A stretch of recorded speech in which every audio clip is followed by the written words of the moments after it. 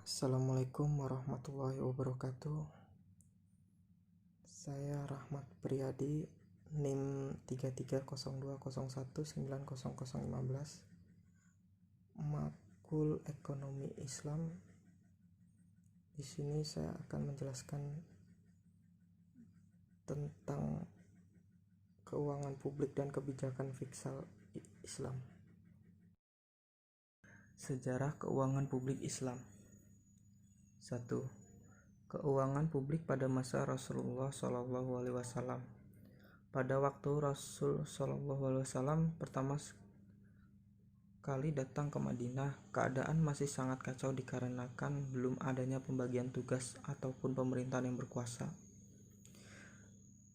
Tapi ketika Rasulullah SAW mulai memimpin, beliau mengadakan perubahan yang memukau, mulai dari pembagian tugas, menetapkan prinsip-prinsip pemerintahan, membimbing para sahabat yang kelak akan menggantikannya sebagai kepala negara, mengadakan institusi-institusi yang bertugas untuk melayani masyarakat. Dua hal yang penting dilalui Rasulullah ketika menjadi kepala negara, yaitu merubah kebiasaan orang pada masa itu yang berhubungan dengan ritual, norma-norma, dan lain-lain. Berusaha menegakkan negara yang baru dibentuk walaupun dengan keadaan keuangan yang kacau balau dikarenakan belum ada sumber keuangan yang tetap.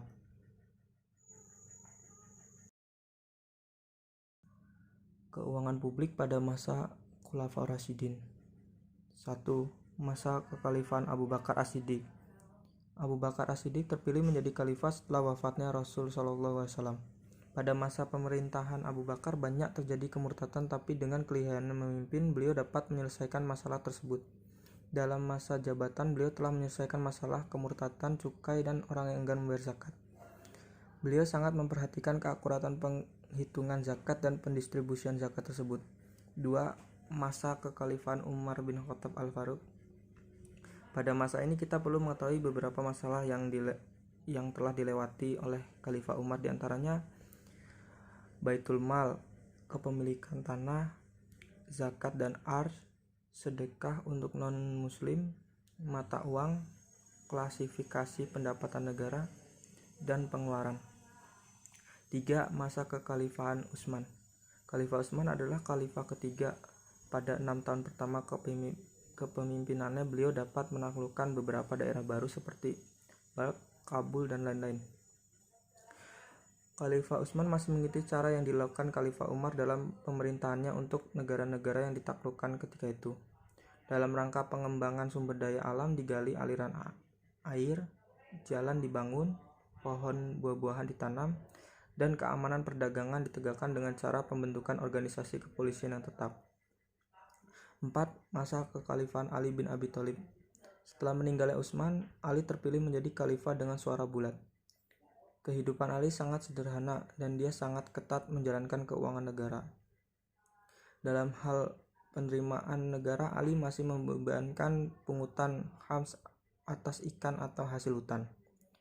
Berbeda dengan Khalifah Umar, Khalifah Ali mendistribusikan seluruh pendapatan di Baitul Mal.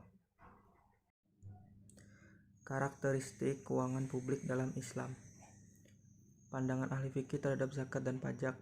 Zakat merupakan kewajiban yang dibebankan kepada setiap orang muslim setelah memenuhi kriteria tertentu.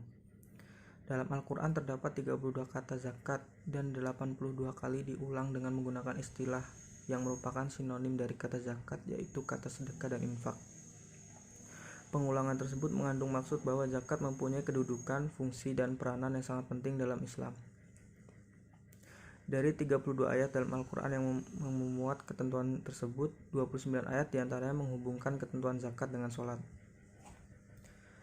Dalam perjalanan sejarah, penerimaan negara Islam bukan hanya bersumber dari zakat, namun banyak sumber lain baik sebagai sumber utama ataupun sekunder. Pajak yang dewasa ini menjadi sumber penerimaan utama di hampir setiap negara. Juga mendapat perhatian oleh para ahli fikih dewasa ini. Namun pandangan ahli fikih klasik, utamanya ahli fikih yang termasuk dalam 4 mazhab fikih terhadap masalah pajak belum banyak yang membahas. Para ahli fikih ini lebih banyak membahas tentang fa'i, ghanimah, jizyah, dan kharaj.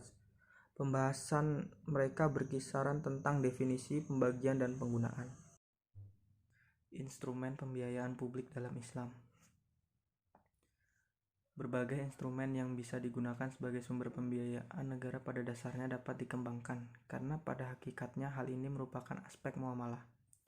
Kecuali dalam hal zakat, artinya selama dalam proses pengalian sumber daya tidak terdapat pelanggaran syariat Islam, maka selama itu pula diperkenankan menurut Islam.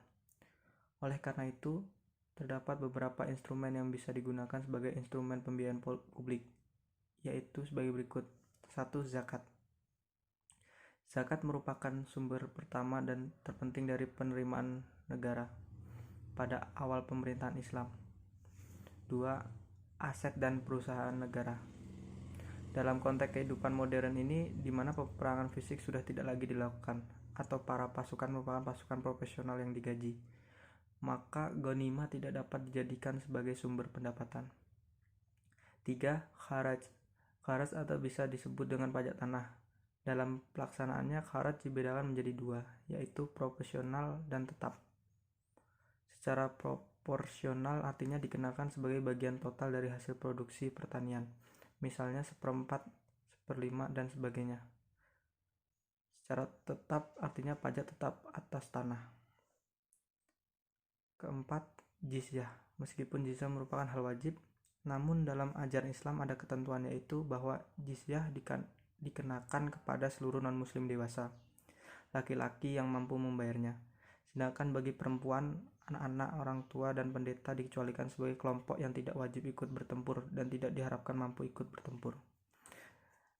Dan yang kelima, wakaf.